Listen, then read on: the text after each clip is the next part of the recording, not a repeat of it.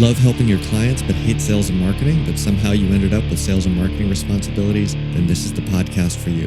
Hi, Chief Nerd Ruben Swartz here.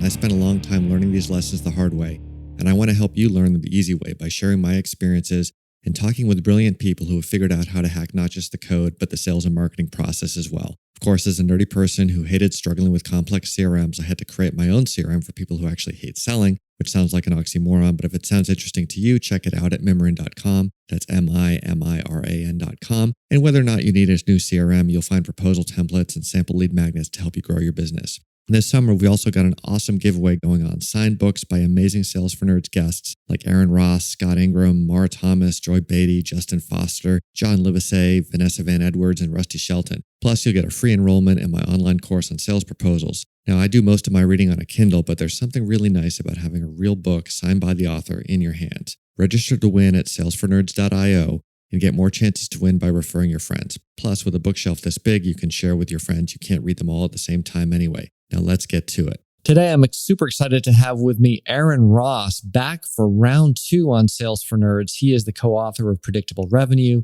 and he's also the co-author with Jason Lemkin of From Impossible to Inevitable, and he was on episode 20 to talk about that. And unfortunately, we scheduled that in the morning, so he couldn't have a drink with him, and he really wanted to come back and talk at a time where he could at least have a beer in his hand. And actually, he's just written the second edition for From Impossible to Inevitable. I think that's probably really what he wants to talk about. But Aaron, welcome to Sales for Nerds.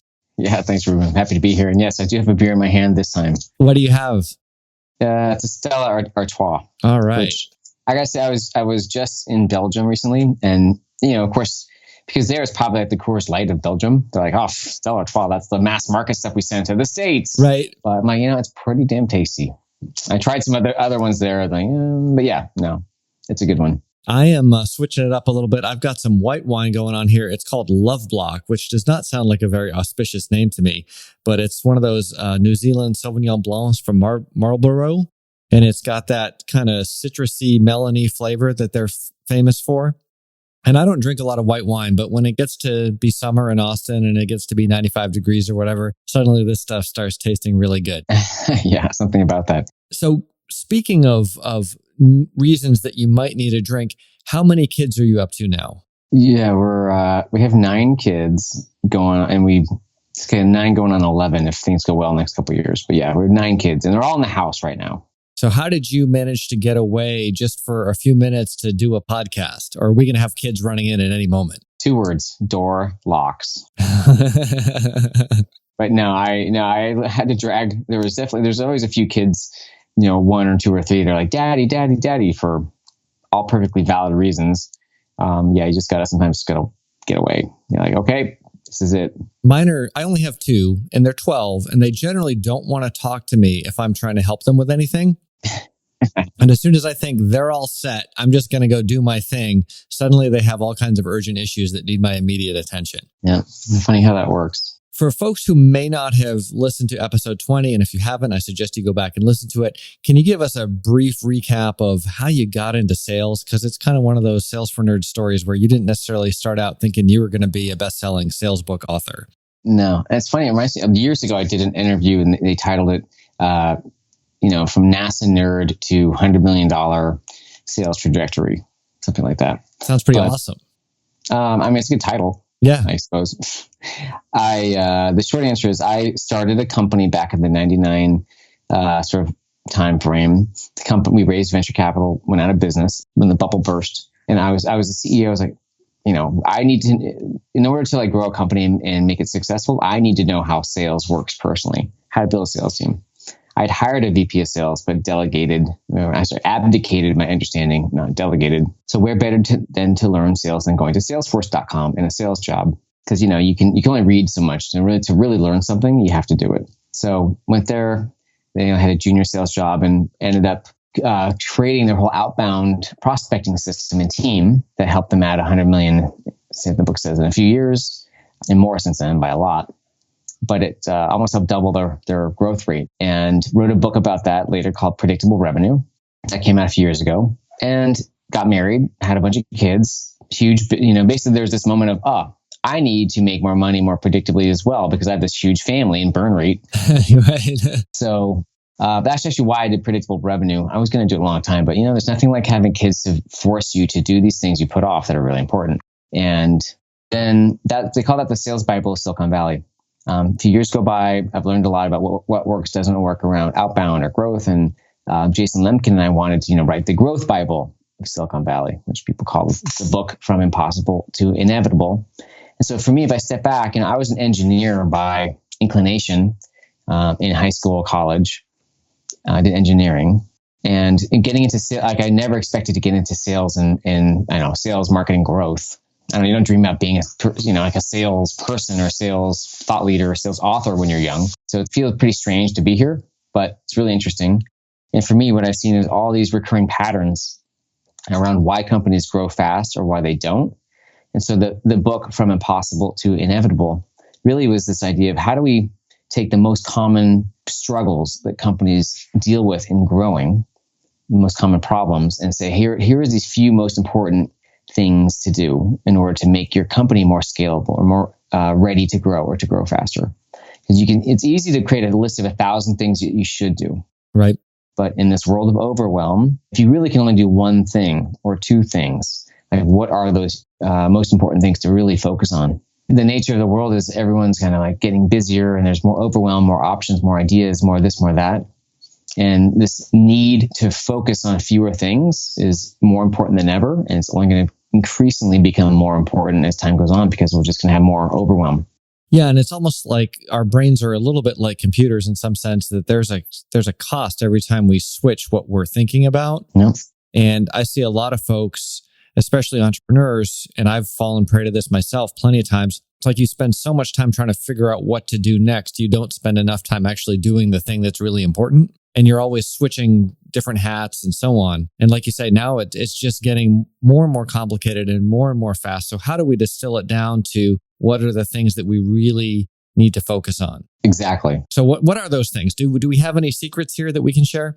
Yeah. Well, why don't we start with one of them that's the most common, right? So there's a reason the first part of the Impossible book, and then we had a second edition come out. So I'll kind of focus on some of the newer stuff anyway, just in case someone has read it. But the first most common reason people struggle with companies and getting to either getting off the ground or past a few $1 million in revenue is they haven't, we call it nailed the niche. What that means is most of the company's growth comes from relationships they have, whether it's investors, friends, family, customer referrals, right? And this is as it should be.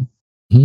That they get to the point of, wow, we want to grow faster and we want to spend some money on marketing or sales. And all that money is wasted because nothing works. So kind of this question is, what does it take to intrigue, market, or sell to people? And it could be through outbound prospecting, outbound marketing, to get them interested and for them to buy when the product or service can stand on its own and you don't need a brand or relationship for it to work. And so to be clear, you can still do sales during that process, but it's basically a cold lead, not a warm lead. Is that right? Yeah, you're sort of saying, hey, we have all these relationship-based leads coming in. Again, they're, as you should, they're the best, but at some point they become a crutch. You have this artificial view of how valuable your product is perceived as to the market. Mm-hmm. Right? Because if you have a happy customer, Bob, and Bob tells John to come take a look at your stuff, they'll just come spend an hour with you because your friend told them to. Right. But when you start to market to people who don't know you or sell to people who don't know you, and they don't know your name, they don't have a referral, it's only going to give you a few seconds of attention. And so there's this rude awakening where you thought whether your product was amazing or the way you explained it was amazing, and it's not. Right. It's not. It's confusing. It's incredibly confusing, and people don't get it. And you go through this journey to find a way to explain it and interest people who don't know you in your stuff. So that's kind of what nail a niche means. It doesn't mean picking an industry or kind of product. It means really understanding at a much more precise and specific level which kinds of customers need you and how they're different from the ones where you're a nice to have. And how do you message to them, speak to them, write to them in a way that they get it? If you send a cold email or you have a Facebook ad or a cold call, you have like a fractions of a second to a few seconds at most. You can't sit there and give them a whole paragraph. You can't have a conversation. You got to be very sharp and focus in your messaging. And that's hard for companies to get to. Is there sort of like a limit, like it has to be like a quarter of a tweet or 8 words or something like that? Like, how do people know? I mean, obviously, if you've got it and it's working, but I find that because I talk to some of my clients about this as well, And sometimes I have the same problem. It's like we want to have that paragraph because our vision is so amazing. It can't possibly be like 5 words, but it needs to be five, what is it? 5 words, 10 words, something like that. I think one of the tests is if you meet someone and they ask you what you do and you give them an answer and they're kind of confused. All right. So like you can call it elevator pitch. It's not really a tagline. It's not 5 or 10 words. It's really a test. Or if you're going to send a cold email that might be from 300 to 500 characters. Okay. That'd be like 1 to 5 sentences. It's not about explaining everything you do to them in a perfect way. It's about intriguing someone for them to want to learn more. So again, in we have this world of overwhelm. It just gets worse because there's more channels, more messages, more content, more stuff, more options. And some people say, hey, buyers are more educated than ever. I would say buyers are more confused than ever of the options. So how do you stand out from the crowd? Like, how do you stand out if you're a radio station? How do you tune your signal to be so clear that people can just see what you do and get it? They're like, okay. Or like, yes, you are a rock station. And I either want that or not. Because I think most businesses are out there broadcasting, hey, what do you need? We can do rock, jazz, blues, world. Like, what do you want? We'll do it. Rather than saying, this is what we stand for. We are the rock station. That's all we do. And if you like it, great. And if you don't like it, then that's great too. Then we're not for you. And that's the kind of clarity that you need nailing a niche to enable yourself to grow past the referral stage, past that stage of needing organic referrals and relationships in order to have your marketing succeed or your sales succeed. So you usually need to most companies plateau between like $1 million to 10 million at that point of organic growth. They kind of in plateau there. So to get past that, how do you learn how to market yourself and sell to people who don't know you? That makes sense. And I think for people who are scared about that, something I keep hearing a lot about is if you are willing to own a niche and by definition exclude other niches, that's actually going to be a more powerful way to get referrals as well. So if you're dependent on referrals, it's still going to be helpful. Yeah, it just creates more clarity. Where do you sit in their mind? Positioning is one version of this, but how do people identify you? Amazon started in books. They wanted to sell everything. Salesforce.com started in Salesforce automation. They always wanted to do everything, but they started in a place. I think it's not just a product function. That's just one way to do it. If you were an SEO agency, you could specialize in like local people. You can specialize by type of a lot of times we talk about use cases. Like what kinds of use cases do you do where, especially in services companies where you can have lots of types of customers, but what kinds of use cases do you have where people need you the most and they're sort of willing to pay the most money? There's the most value where you stand out and you're differentiated. Like that's where you focus on. If I was a marketing agency and I can do all kinds of marketing stuff, I'm going to build an outbound prospecting team because this is where I saw this.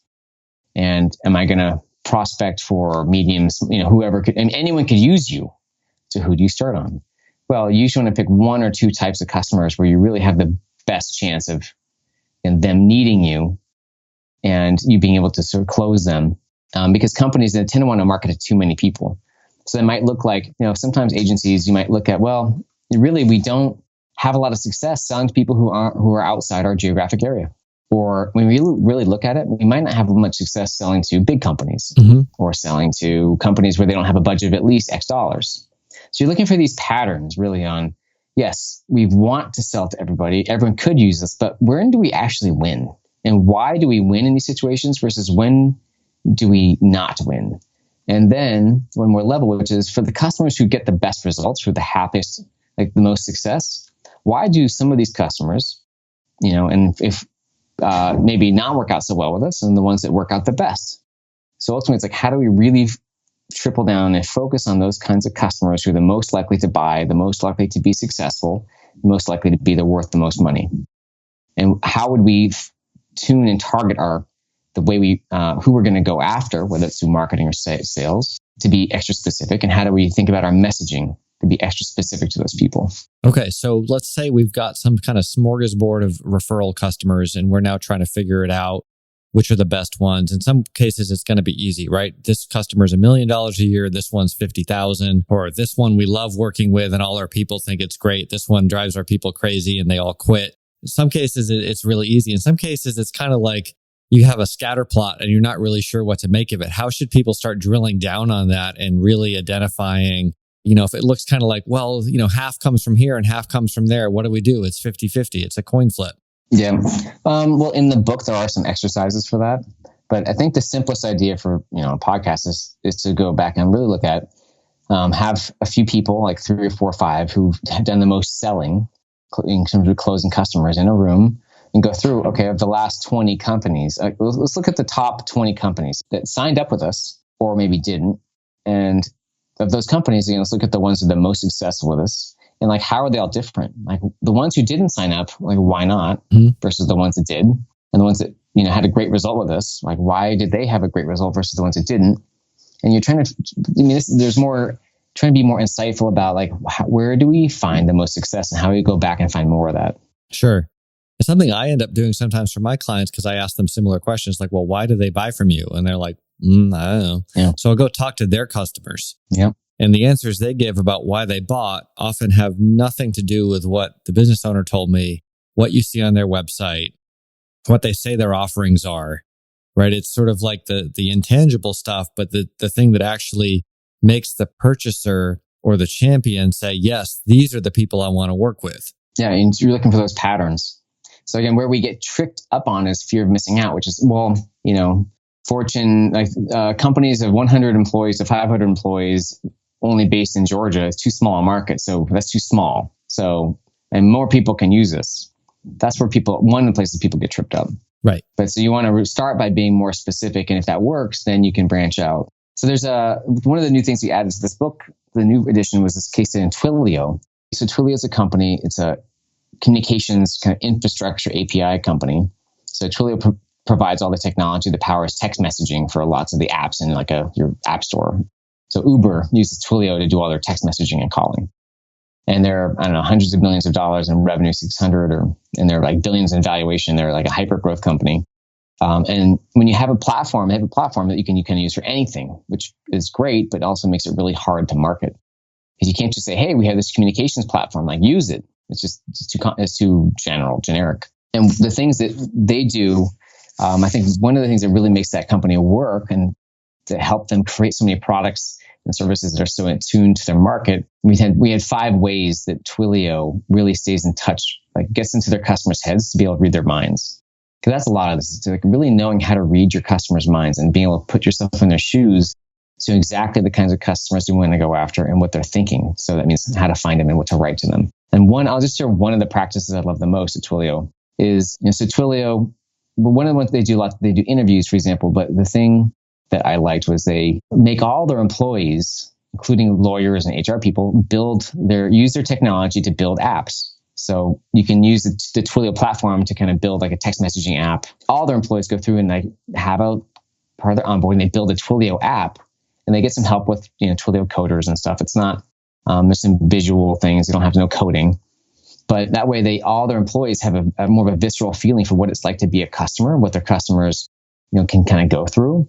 And again, makes them a lot smarter about how to be in touch with their customers. So if they're thinking about what do they need, what should we price it as, what maybe do they not want? That was really something that resonated as a great practice to enable their company to be in tune with their customers and so know how to grow faster, like know what their customers want and need. No, I thought that was a great case study and really impressed me. The notion that, you're going to take all these people who aren't technical at all and make them do this technical thing and therefore make sure that your product is easy enough that process works. Mm-hmm. Right? Super cool. And like I actually use SendGrid in my app for the email stuff. So since the acquisition of SendGrid by Twilio, I'm like, oh, now there's a whole bunch of telephony things I should be taking advantage of that I'm trying to calm myself down about. But yeah, it's super cool. Now, something else that I think was really interesting and stood out to me about the second edition and kind of reflects my experience, the experience that I think a lot of people are going through is like 10 years ago, the idea was if you're starting a company, you basically write the blog post about your topic and lo and behold, customers come to your door. And now it seems like every company is doing that. It's impossible or almost impossible to go to the first page of Google, et cetera, et cetera. What do you do now that inbound marketing is sort of, I'm not saying it's done, it's just so crowded? Interesting. So in part 2 of the book, it's about lead generation, right? So we call it seeds, nets, and spears, kind of how do you increase word of mouth leads, marketing leads, and outbound prospecting leads. So if you're going to grow a company, like the book goes back to these 7 truths. And the first one is, how do you nail a niche? Because if you don't do that, nothing else is going to work. Number 2, you need leads. Number 3, how do you do sales? So in this case, in the marketing part, there's a new case study from John Miller. And John Miller was the guy who co-founded Marketo 10 years ago. He knows a little bit about marketing. Yep. And one of the original thought leaders of content marketing, inbound marketing. And then a few years ago, founded a company called Engagio about account-based marketing. And one of the big differences he said in this case study is 10 years ago, he could put up if he wanted to be on the first page of Google for some term, he could just put up a blog post and basically be up on the first page of Google. And now, 10 years later, he's been trying to get onto the first page of account-based marketing for 3 years and he can't because it's so overwhelming, right? There's this Uber trend of more noise, more channels, more content, more this, more that, more options, more apps. So ultimately focus is what helps fight that in this case. So a couple of things that John is doing is really doubling down on, I can't remember what he called it, but I call it like keystone content or pillar content, like putting extra work. Cornerstone content, maybe.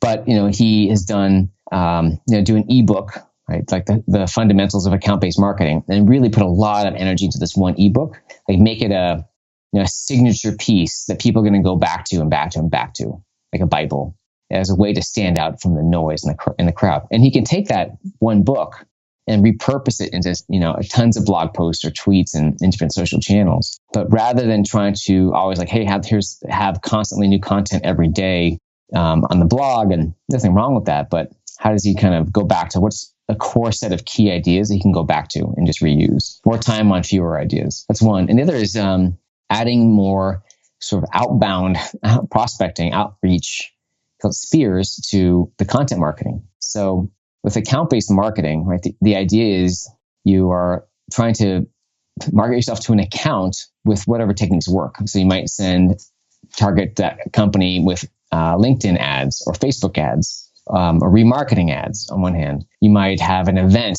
near that company. You're trying to do an executive forum for people at that company. You might cold call that company.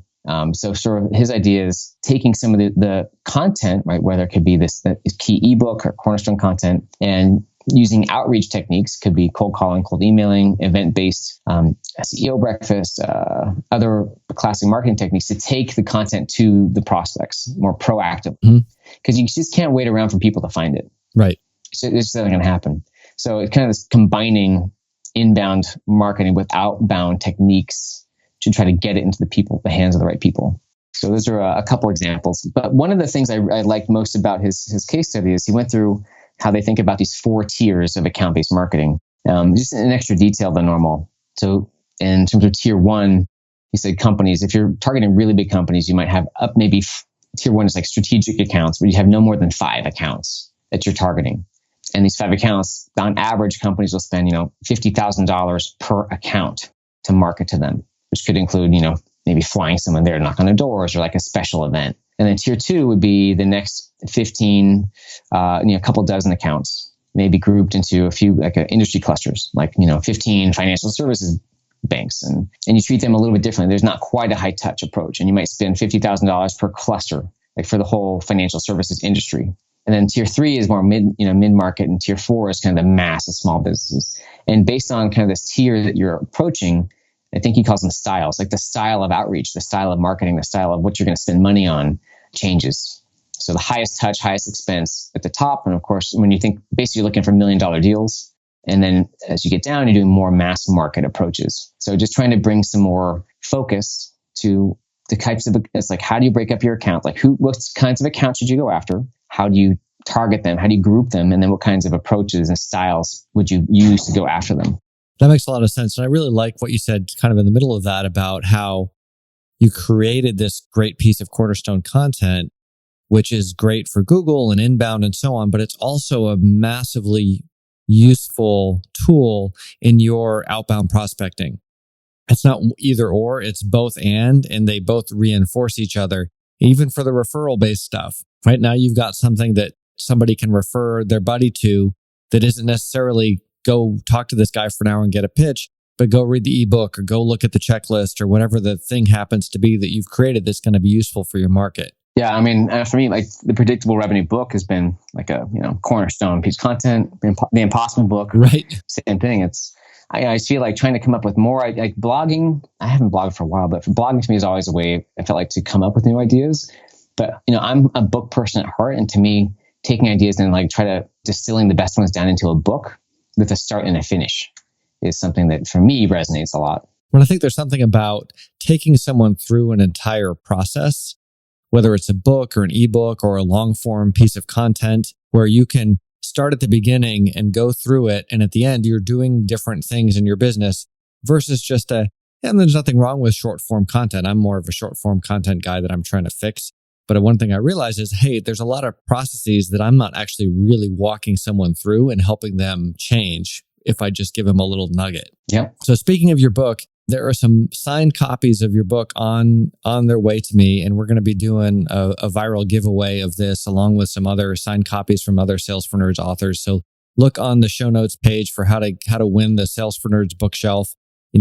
A lot of times there's a lot of hyperbole in book publishing and in marketing and in general, but when Aaron says the Sales Bible of Silicon Valley and the Growth Bible of Silicon Valley, he's actually not joking. And unlike a lot of stuff that comes out of Silicon Valley, I feel like this is applicable whether or not you are trying to start the next Twilio or the next Facebook or whatever. If you're just starting a consulting business out of your garage and all you want to do is have an interesting time, these same techniques will still apply. So look for that in the show notes. Now, something else that I thought was interesting, you talked about this private equity company, and they had a slightly different approach to what we think of when a private equity picks up a company, and typically we think of them firing everybody and whatnot.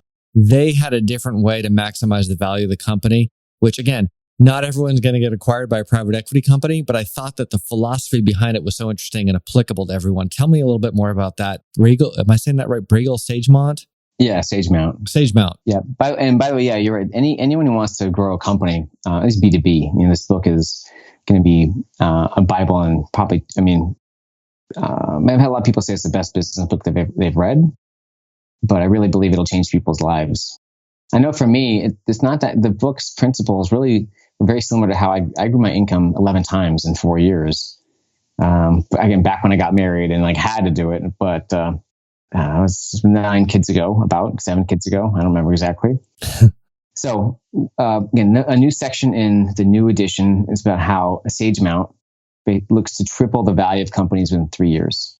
A Sagemount, they're a couple $1 billion private equity firm. They invest in companies that already have revenue. So they're going to put in $10 to $100 million per company.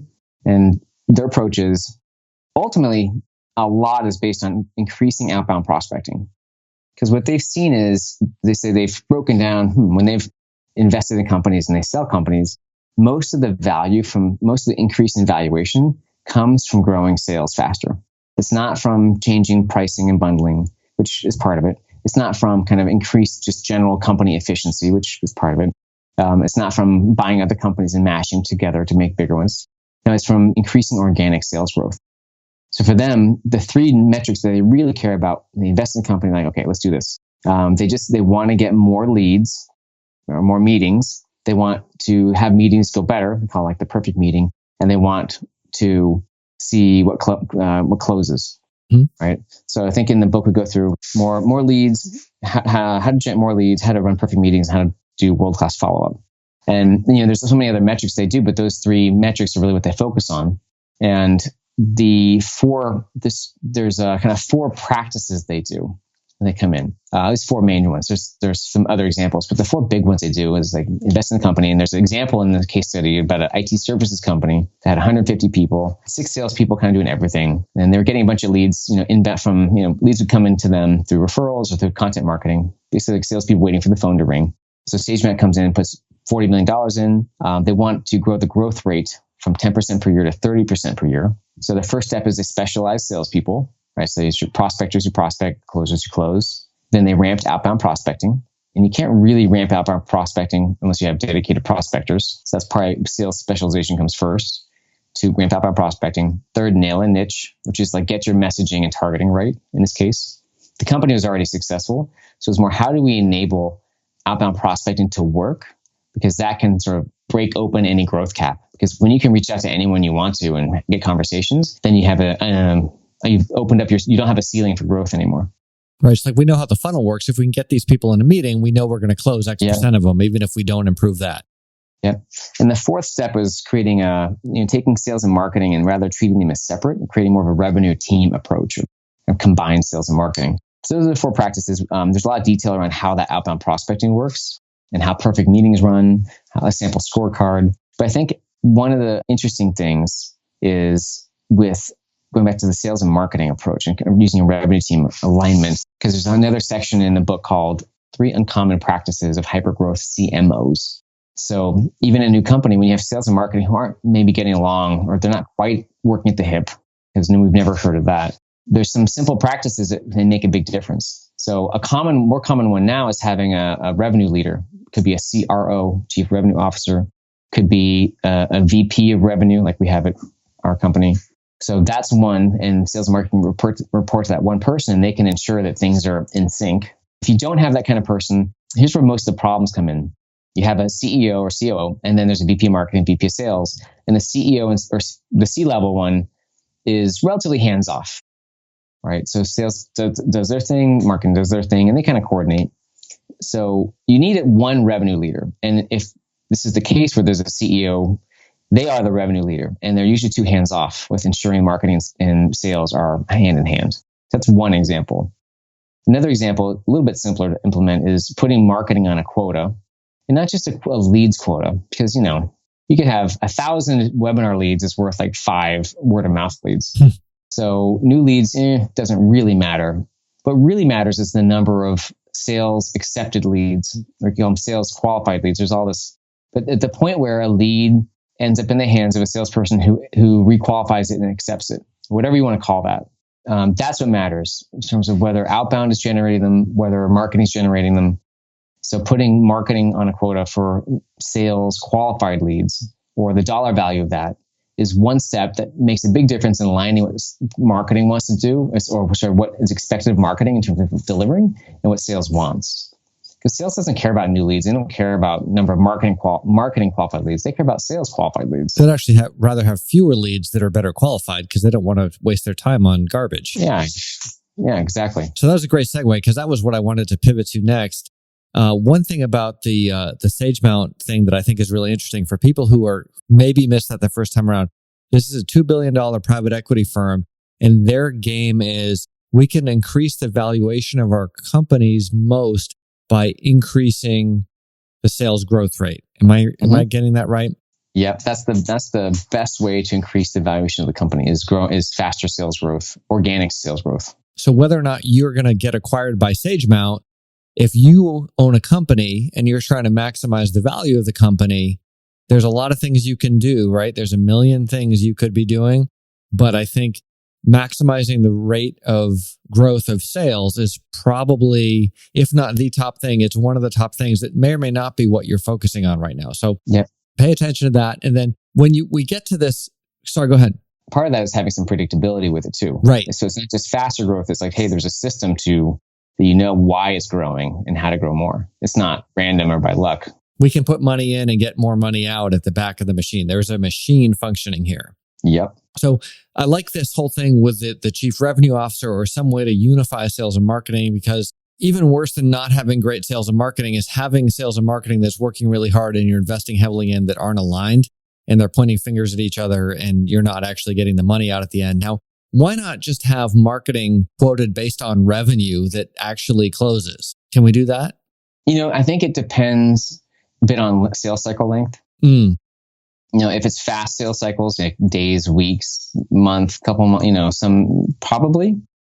But as soon as it starts to get to a few months or 6 months, it gets it's harder. It's harder to tie back. It's like the feedback loop to marketing, where it's kind of like the prospecting team. If you're only tying into revenue, it's a 6-month sales cycle. Right. You just don't have enough in a short-term feedback loop. So, and also sometimes revenue it's kind of complicated with attribution. And so ultimately with sales qualified leads, again, if you're qualifying them in an accurate way, in a consistent way, you have a pretty good gauge of what revenue will come from it. Okay. So it can be a really useful way And then marketing doesn't feel like, well, it's sales if we do these leads and then sales can't close them. Right. Which, so there's fewer excuses at that point too. So and everyone's different. The way you apply it is a bit different, but the principle is how can you come up with some shared metrics that both people care about?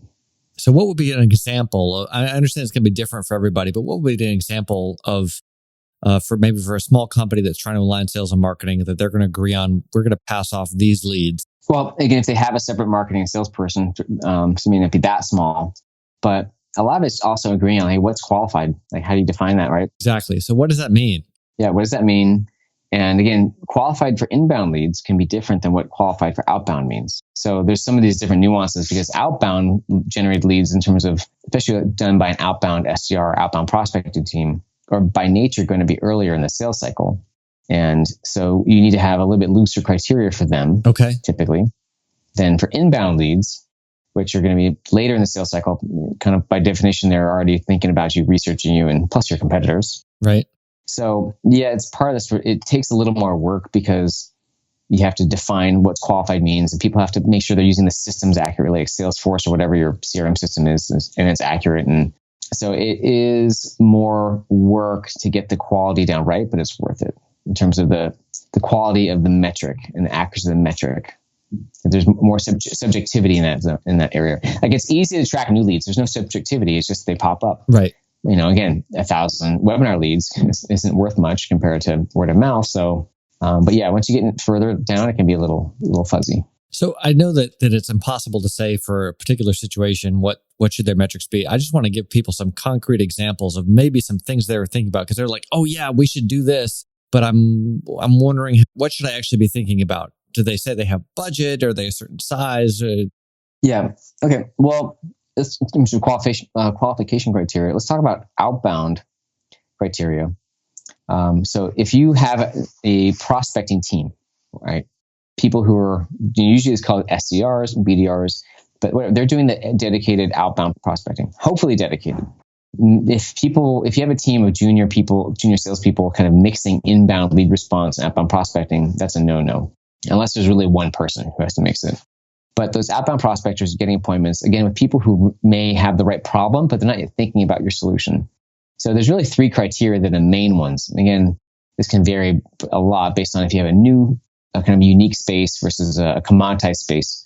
But first of all, are you talking to someone of influence or power? Okay. Right? Are you talking to someone with authority?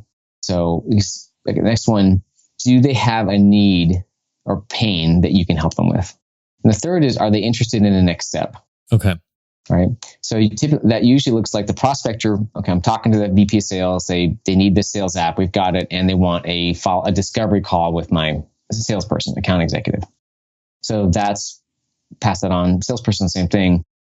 They find out, okay, this person they're a senior person. They have a need that we're feel confident in, and they want the next step after that, which could be a proposal, a demo, step the other.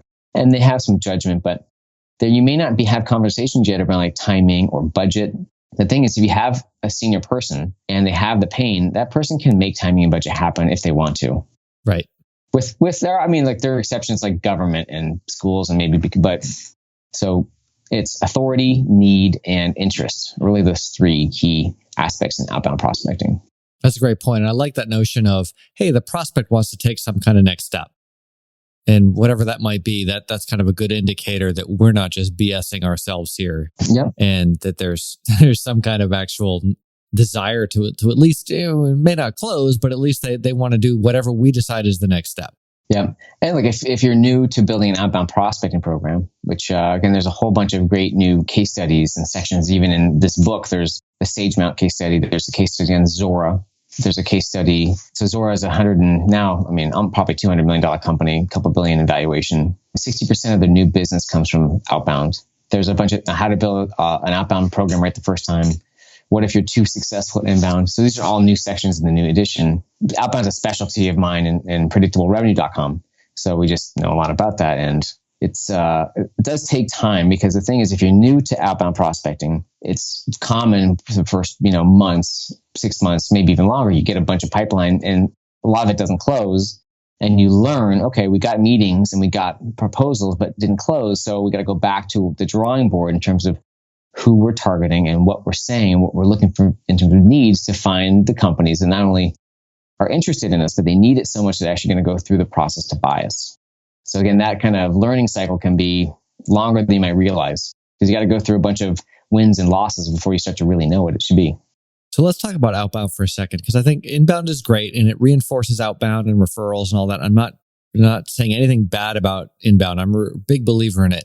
But as you mentioned, the market, the attention frame is more and more saturated. Sooner or later, it's a huge advantage if you can pick up the phone and start doing outbound and start throwing those spears. How should people kind of get over that hump mentally? Because I feel like a lot of people, myself included, maybe we want to do anything we can to avoid doing that.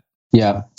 Well, inbound is great and outbound is great. And it's like peanut butter and chocolate. They taste great together. So I think, I don't know if I see them as much anymore, but I know at some point there's lots of articles around like outbound prospect. You don't want to interrupt people with a cold call and how inbound is so amazing. You just want people to, put out great content and people just come to you and they love you and then they buy. But there's still lots of people who don't know you exist. Right. So with outbound, it really creates a different kind of channel. So inbound is a great channel when you get working. Outbound is a different channel. And typically, for example, with outbound, you tends to be more predictable, or can be. It also tends to be for bigger companies and bigger opportunities because you're specifically looking for bigger, better opportunities. So it's like fewer, better opportunities. So you basically define who you're going to go throw spears at as opposed to them coming to you. Yeah. And so are there any tricks or tips that someone can take away other than reading the book about how to kind of get started with outbound and maybe even just removing any mental roadblocks they may have in their own head? Yeah. Well, yeah, here's a couple. So first, there is a section in the book called How to Build an Outbound Program Right the First Time. There's also a blog post. I think we did that as an excerpt on our blog. It's kind of hard to find because there's some different versions of it, like the overwhelm. So ultimately it comes down to, if you want to do outbound and if you have a fear around it, realize that there's lots of people out there who might need your service and they're never going to know about you unless you try to contact them. It's not that big a deal. You're not going to be annoying unless you actually are annoying, if that makes sense. Like just reaching out to people, it won't annoy them. If you are annoying in the way you reach out, like if you call someone 10 times in a row, that's going to be annoying. Just calling them is not going to be annoying in itself. Okay, so get over the fear and embrace the fact that it's an incredibly powerful way to grow your company. Can be. So 2 is you need one person who's in charge of figuring it out. Okay. If you sit down in an executive meeting, there's sales, there's marketing, hey, how are we going to do this? And they're like, we'll talk about it. And you don't decide on one person who owns it by some date. It's not going to happen. So the next step is you can have one person as a project leader, owner. And, outbound, it doesn't usually, when you have someone, pick someone on the team who's going to kind of dabble in it part-time, or there's lots of ways to dabble. Like anything else, you're not really going to get traction until you have someone dedicated doing it full-time. That's when the magic happens. You get a smart person who's supposed to do the prospecting full-time and they expect, let's call it, a few months to figure it out. That's what I did at Salesforce. You should see some early results earlier than that, like email responses or meetings, but to actually, build a system and have a system in place, usually 4 to 6 or more months, depending on how easy or hard your niche is. And this is at least one person full-time. Full-time. One person who's not responding to marketing leads. They're not trying to get people fill up an event with seats. They're just prospecting. So how many calls is this person making per day? It totally ranges. Like I know the Zora case study has a lot of data on their funnel. They have people make 30 dials a day. They send about 60 emails a day, for example. So that's not crazy, right? It's not crazy, especially now. There's a lot of things like automation. There's tools like SalesLoft or Outreach, and there's so many outbound tools. That's not that crazy. And Zora takes it in more of a thoughtful account-based approach. I thought you were going to say like 500 dials a day or something intimidating like that. $30. Anyone could do that. Yeah. And, some people do a lot heavier power dialing, but sometimes that works. It's not for everybody. So there's lots of ways to do outbound prospecting, but mostly it's through phone and email still, sometimes social, sometimes kind of like X factor things, whether it's like direct mail or there's all kinds of stories on social selling where someone saw on Twitter, they went to a Padres game and then they send Padres tickets and they get a meeting that way. So that works sometimes for some people, but not across a team typically. So if you have like those $1 million accounts, maybe you send them the Padres tickets, but it's not a scalable solution probably. Yeah, you kind of, well, it's not even so much that. I mean, it's, if you have a team of 10 salespeople and prospectors and so on, there'll be one or two, some small number that have that kind of initiative and kind of insight with social to be able to really get something out of it. And most of them just won't be very good at it because it's not for everybody. Okay. Counting video. It's not like, if you had 10 people on the team, think about the variety, and they all did video, think about the variety of the quality. Right. Some people are naturals and some people aren't. I expect that's going to change when more younger people get up into, but so, I mean, there are social systems and things, but ultimately each company, you're looking for like, who's our market, who's our customer, what's going to work with them. Sometimes phone works better, like especially in small, when you're targeting really small companies. Mm-hmm.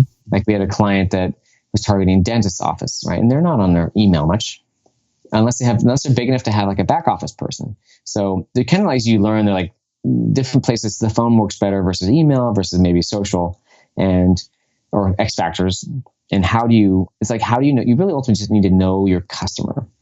And that makes it easier to take the right kinds of guesses and trials to say, hey, what's going to work with them and to get to results faster, because you never really know, but you do want a small number of techniques that work regularly, whether it's certain kinds of phone calls, there's certain kinds of emails, like referral emails, direct emails, social approaches. You're trying to not do everything, but just have some things that work again and again that you can use across the team. And it's going to get you a regular number of appointments every month for your pipeline, for your sales team. That makes a lot of sense. And I think my guess is, just based on my own experience, that the most intimidating thing is picking up the phone and calling people. But that's also perhaps the most effective thing when you can get those conversations. So when you pick up the phone and you dial, what do you say when you talk to someone? Well, here's a great example. We don't always teach a lot in terms of outbound, like cold calling, classic cold calling. So predictablerevenue.com is the outbound success company. We either do outsourcing for some companies, or we teach companies how to build and train a team of prospectors to do it well. But so with cold calls, there's the classic cold call where you're trying to get a decision maker, but there's also something we call a mapping call. And a mapping call is more like a research call. So it's a much higher likelihood of success. It's much friendlier, easier to start with.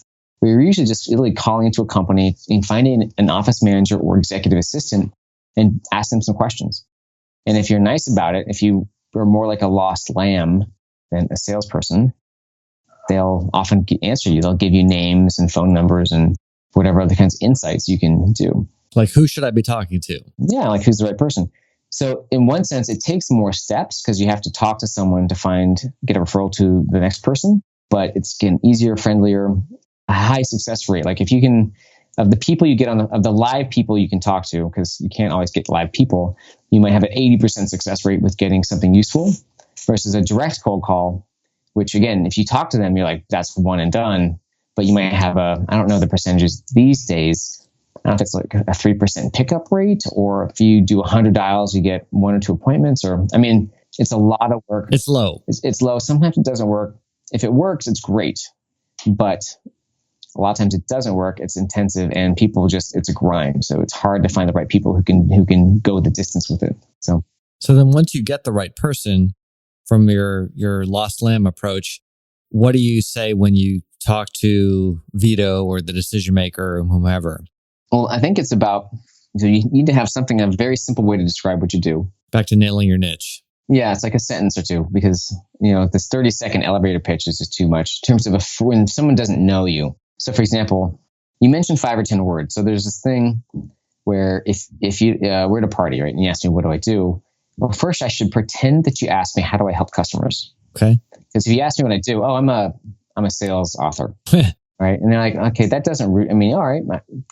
But if I answered, well, I help companies triple their growth rate, it's a little more of a results-based thing, because they don't care what you do, they care what you can do for them. Right. And so what you find is that, watch this, I've seen this on calls, and someone asks you that and you don't know them. If you give them like a 5 or 10 word answer and then you pause, because their minds have to sort of orient and understand, like, okay, where does that fit within my mental boxes? So most people say, oh, well, I'm a sales author that helps companies triple their growth rate.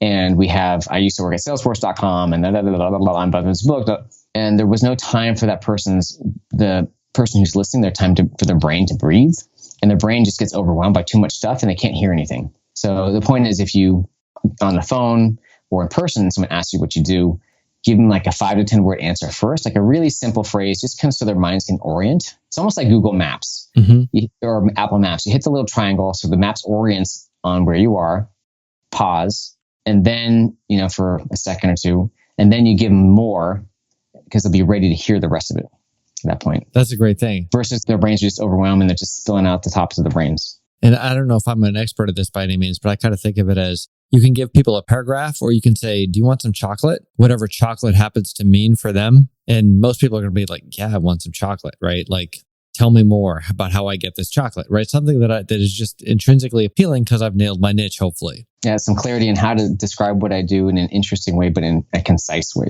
You're not trying to explain everything, like all the things you can do. You're just trying to start a conversation with a small baby step. You're basically you're using 10 seconds to ask for the next 60 seconds of their attention. Yes. Yeah. Okay. Not even 10 seconds, even smaller. Yeah. So 3 seconds. Yeah. Well, and I've got, speaking of seconds, I'm sure I've got people about to be banging on my door saying like, Daddy, where are you? Dogs, kids, wife. Yeah. The whole shebang. Everyone. Well, Aaron, thanks so much for taking the time. Really appreciate it. Congrats on From Impossible to Inevitable edition 2. Great stuff. Yeah. And I'm really excited for it. It's not just for Silicon Valley unicorns. Everyone should read this book. It'll change your business or maybe life. It's on Amazon, of course, or there's a landing page with a free chapter at fromimpossible.com. And we'll have a link to that in the show notes, just in case you're driving or riding your bike or whatever you might be doing right now. Yeah. Thanks, Aaron. Cheers. All right, Ruben. Yeah, thanks very much. Have a friend who'd benefit from this episode? Pass the word along. Have a friend who wouldn't benefit from this episode, but you haven't talked to in a while? Give them a call. Of course, iTunes reviews are great for getting the word out and also for helping me make the show that you want. So if you've got topics or guests that you want discussed on the podcast or in the apparently upcoming Sales for Nerds book, let me know. And if you want to automate client acquisition, turning more web visitors into leads into conversations and onto closed deals, while helping you stay in touch with the people who matter, check out Mimiran.com. That's www.mimiran.com. And once again, thanks for listening.